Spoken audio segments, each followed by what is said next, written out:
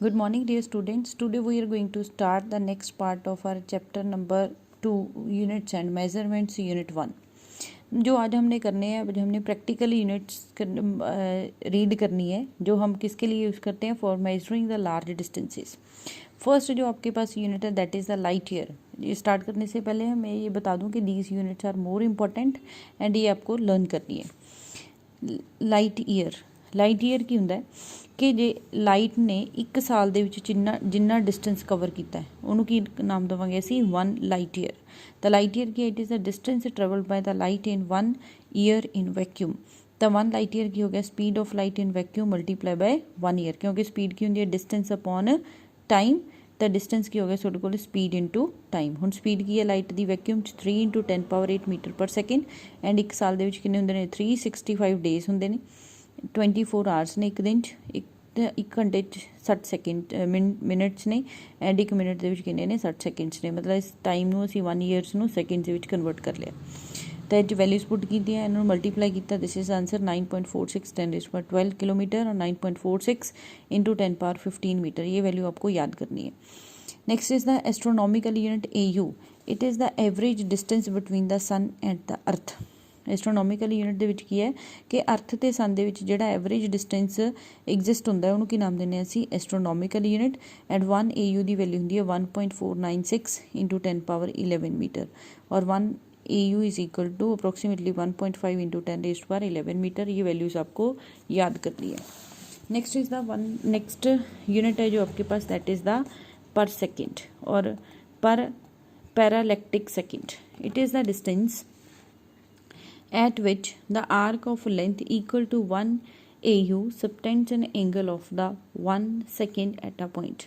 ਹੁਣ ਜੇ AU ਕੀ ਅਸੀਂ ਡਿਫਾਈਨ ਕੀਤਾ, it is the average distance between the sun and the ਅਰਥ.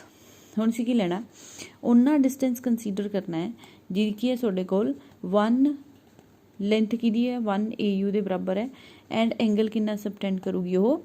It is the distance which an arc of length equal to 1 AU subtends an angle of 1 second at a point. ਤਾਂ angle ਦੀ value ਕੀ ਹੁੰਦੀ ਹੈ ਆਰਕ upon radius. ਆਰਕ ਦੇਖੋ ਹੁਣ ਇੱਥੇ ਤੁਹਾਡੇ ਕੋਲ ਇਹ ਹੈਗੀ ਆ ਅਰਥ, ਇਹ ਹੈਗਾ ਸਨ. ਇਹ ਵਾਲੀ ਵੈਲਿਊ ਕੀ ਲੈਣੀ ਹੈ ਤੁਸੀਂ 1 AU ਐਂਡ ਆਹ ਵਾਲਾ ਐਂਗਲ ਕਿੰਨਾ ਹੋਣਾ ਚਾਹੀਦਾ ਤੁਹਾਡੇ ਕੋਲ 1 ਸੈਕਿੰਡ. ਤਾਂ ਜਿਹੜਾ ਆਹ ਵਾਲਾ ਡਿਸਟੈਂਸ ਆ O ਤੋਂ ਲੈ ਕੇ E ਤੱਕ ਦਾ ਡਿਸਟੈਂਸ ਹੈ ਦੈਟ ਇਜ਼ ਕਾਲਡ ਦਾ 1 ਪਰ ਸੈਕਿੰਡ. ਤਾਂ ਐਂਗਲ ਦੀ ਡੈਫੀਨੇਸ਼ਨ ਕੀ ਹੁੰਦੀ ਹੈ ਆਰਕ ਅਪੋਨ ਰੇਡੀਅਸ. ਹੁਣ ਇੱਥੇ ਆਰਕ ਕੀ ਬਣ ਰਿਹਾ ਤੁਹਾਡੇ ਕੋਲ that is the ES and radius की बन रहा है ਤੁਹਾਡੇ ਕੋਲ OE. तो वैल्यूज पुट कीतियां ने 1 पर सेकेंड की आ गया ਤੁਹਾਡੇ ਕੋਲ 1 पर second is equal to 1 AU upon 1 second. तो सारिया वैल्यूज 1 पर सेकेंड. ਹੁਣ देखो 1 AU की वैल्यू सानू पता है ਅਸੀਂ ਪਿੱਛੇ ਨੋਟ ਕੀਤੀ ਹੈ 1.496 × 10⁻11 मीटर एंड 1 सेकेंड की वैल्यू ਹੁੰਦੀ ਹੈ ਪਾਈ अपॉन 180 × 60 × 60 रेडियंस. सारिया वैल्यूज पुट कीतियां. वैल्यूज पुट करने तो बाद ਤੁਹਾਡੇ ਕੋਲ 1 पर सेकेंड का आंसर है 3.08 × 10⁻16 metres. Next is the relation between the astronomical unit and light year and per second and it is most important. ਅਸੀਂ ਕਿਹਦੇ ਚ ਰਿਲੇਸ਼ਨ ਫਾਈਂਡ ਕਰਨਾ ਹੈ ਐਸਟਰੋਨੋਮੀਕਲ ਯੂਨਿਟ ਦੇ ਵਿੱਚ ਲਾਈਟ ਈਅਰ ਤੇ ਪਰ ਸੈਕਿੰਡ. ਲਾਈਟ ਈਅਰ ਸਾਨੂੰ ਪਤਾ ਦੈਟ ਇਜ਼ ਦਾ 9.46 10⁻15 मीटर. ਇਹ 1 AU ਅਸੀਂ ਪਿੱਛੇ ਕੈਲਕੂਲੇਟ ਕੀਤਾ 1.496 10⁻11 मीटर एंड 1 पर सेकेंड कितना 3.08 10⁻16 मीटर. पहला मैं किया 1 पर सेकेंड 1 लाइट ईयर ना डिवाइड करता 1 पर सेकेंड अपॉन 1 लाइट ईयर. तो मेरे को आंसर कितना है 3.26. तो 1 पर सेकेंड की वैल्यू कितनी आ गई 3.26 times the light year. Next मैं 1 लाइट ईयर्स नू 1 AU दिन एस्ट्रोनोमिकल यूनिट ना डिवाइड किया. डिवाइड करने तो बाद मेरे को आ रहा 6.3 × 10⁻4.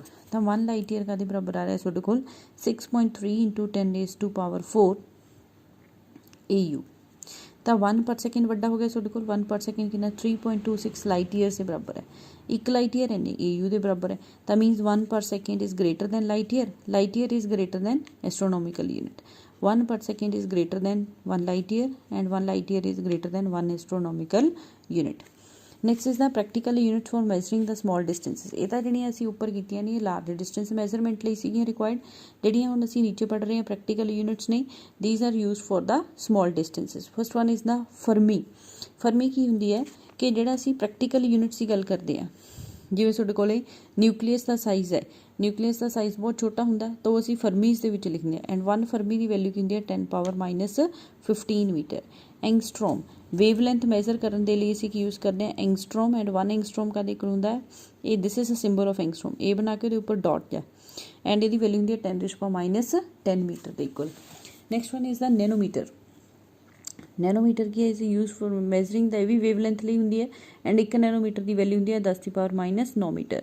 Micron it is a unit of the distance also known as the micrometre and 1 micrometre ਦੀ ਵੈਲਿਊ ਕਿੰਨੀ ਹੈ 10⁻⁻6 ਮੀਟਰ।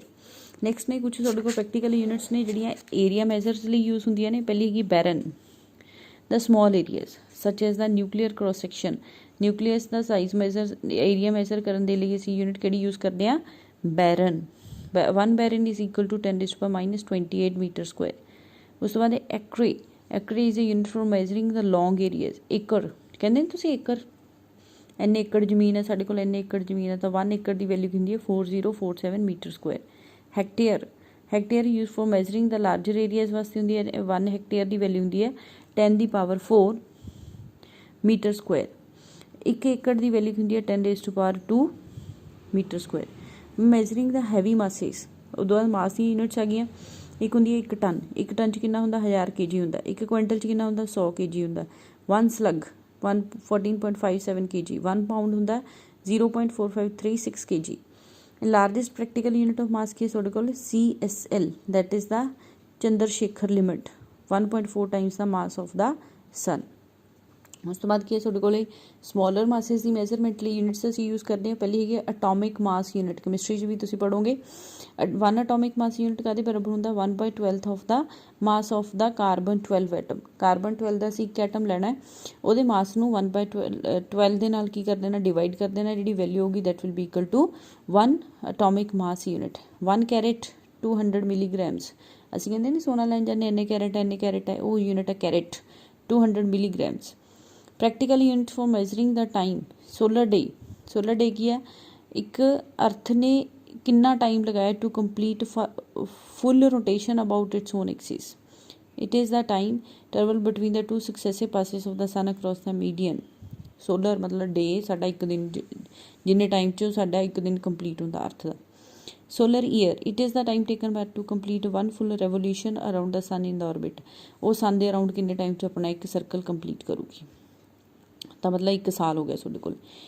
ਸੈਡਰੀਅਲ ਡੇ ਸੈਡਰੀਅਲ ਡੇ ਕੀ ਹੁੰਦਾ it is the time interval between the 2 successive passages of the fixed stars across the meridian. Meridian ਦੇ across ਇੱਦਾਂ ਕਰੋ use do from hair. ਹੁਣ ਤੁਸੀਂ ਸੋਲਰ ਈਅਰ ਤੱਕ ਕੀ ਕਰਨੀਆਂ ਨੇ ਫਿਲਹਾਲ ਤੁਸੀਂ ਜਿਹੜੀਆਂ ਲਾਸਟ ਵਾਲੀਆਂ ਯੂਨਿਟਸ ਉਹ ਛੱਡ ਦਿਓ ਅਸੀਂ ਜੇ ਜ਼ਰੂਰਤ ਪਈ ਉਦੋਂ ਕਰਾਂਗੇ ਅਸੀਂ ਠੀਕ ਹੈ ਜੀ। This is the today's lecture. In the next lecture we will continue from here. Thank you.